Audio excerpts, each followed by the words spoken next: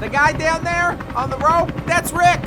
Rick's stuck in a time loop, and the only way he can free himself is by hitting to the top of this mountain. I'm living in hell. Yep, you sure are. Each contestant will need to answer 12 questions correctly to get Rick to the top of Metal Mountain. One wrong answer, and it's game over. If they aren't sure, they can either switch categories, unlock multiple choice, or phone a BangerTV host. We've searched the planet for metalheads who think they know everything about metal. Now, it's time to see if they've got what it takes. Don't kill me! It's time to play Metalheads! Howdy, Banger fans. Welcome to another episode of Metalheads, Bangers Metal Trivia Show. On the line today, we've got Alexander. Alexander, where are you calling in from? So I'm calling from a small town called Morges in Switzerland, which is not far from Geneva. We'll have to be on our best behavior. Don't want to wind up on trial there. You're in a nice little metal zone. What's your metal area of expertise? Extreme metal, mostly.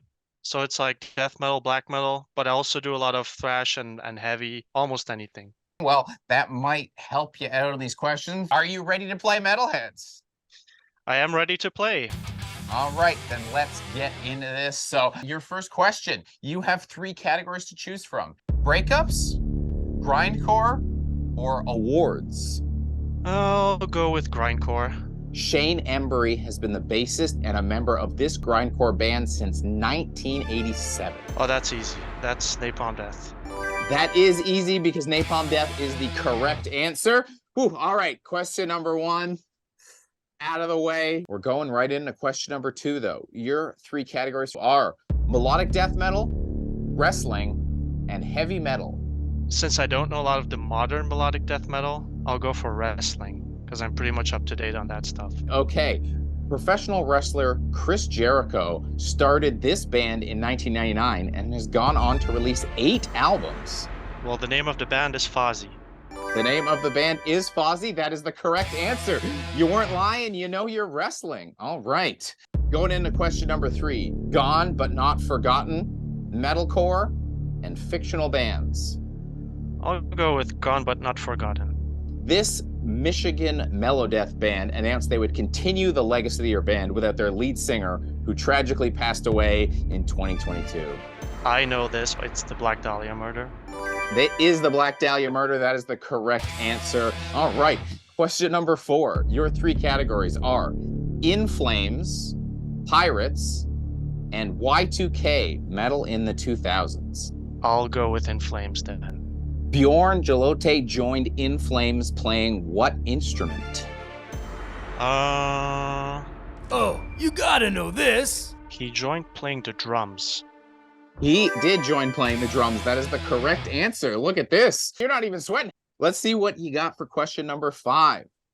3 categories. You call yourself a fan, which is fan-based nicknames, world records, and prog album sequels. Well, I'm definitely not taking the prog category.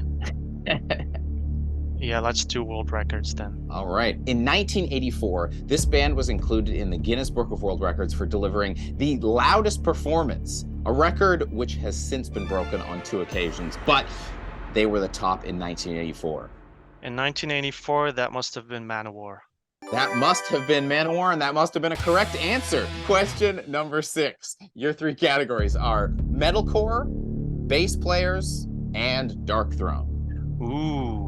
Well, I said I'm into black metal, and I do co-run a black metal label, so I have to pick Darkthrone. Let's see if you've got your black metal credentials with this question. I hope so. Which Darkthrone album was written and recorded to create a pure black metal album, according to Fenriz? Oof.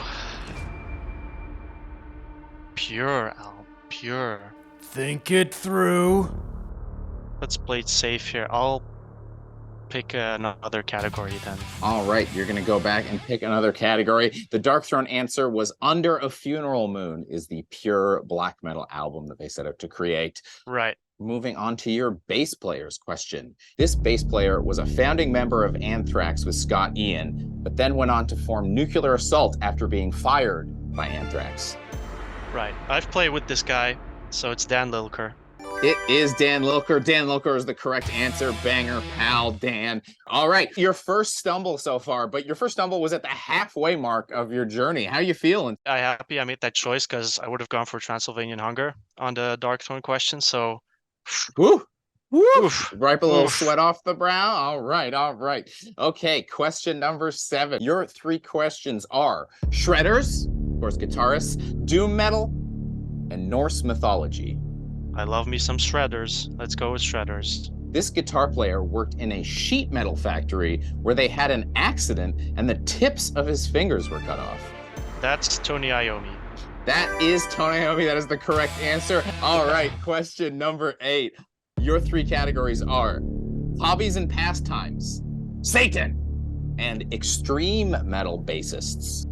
I will go with extreme metal bassist then. All right, we're choosing safety over fun. I mean, it's a good idea when you're climbing a mountain. Your extreme metal bassist question is, Martin Eric Ein played bass in which Swiss proto-black metal band? I mean, it's safe to say Celtic Frost. It's safe to say Celtic Frost because that's the correct answer. So question number 9. Your 3 categories are industrial metal, Cannibal Corpse, and going solo. Cannibal Corpse. All right. Which U.S. senator accused Cannibal Corpse, along with Ghetto Boys and Two Live Crew, of undermining the national character of the United States in 1995? 1995.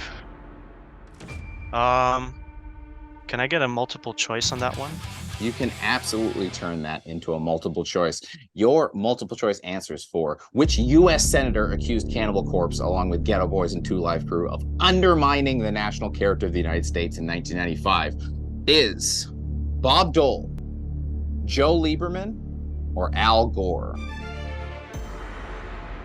Oof. Not entirely sure of my answer, but I will take the risk here. And I will say Bob Dole. Yeah, Bob Dole is the correct answer. Bob Dole feels that is the correct answer. The correct answer is Bob Dole. All right. I mean, we're in the final stretch. You got 3 questions left. We're at question number 10. Your 3 categories are tribute bands, grunge, and pig's blood. Let's go with grunge on this one. Which Melvin albums features the song that Japanese psych metal band Boris is named after? I had this answer. You have this answer? I had it. I used to know this, like I used to have that answer on deck. And now it's not in there anymore. Saying them out loud might help. You can think for a second. That's where the problem is right now. They're all gone. They're all gone. Yeah. If only I knew. Well, I guess I'll have to call a host then. All right. We're going to phone Mr. Bradley Zordrager. Hello. Mr. Bradley Zordrager, we've got Alexander on the line, and we have a grunge question for you. Which Melvins album features the song that Japanese psych metal band Boris is named after?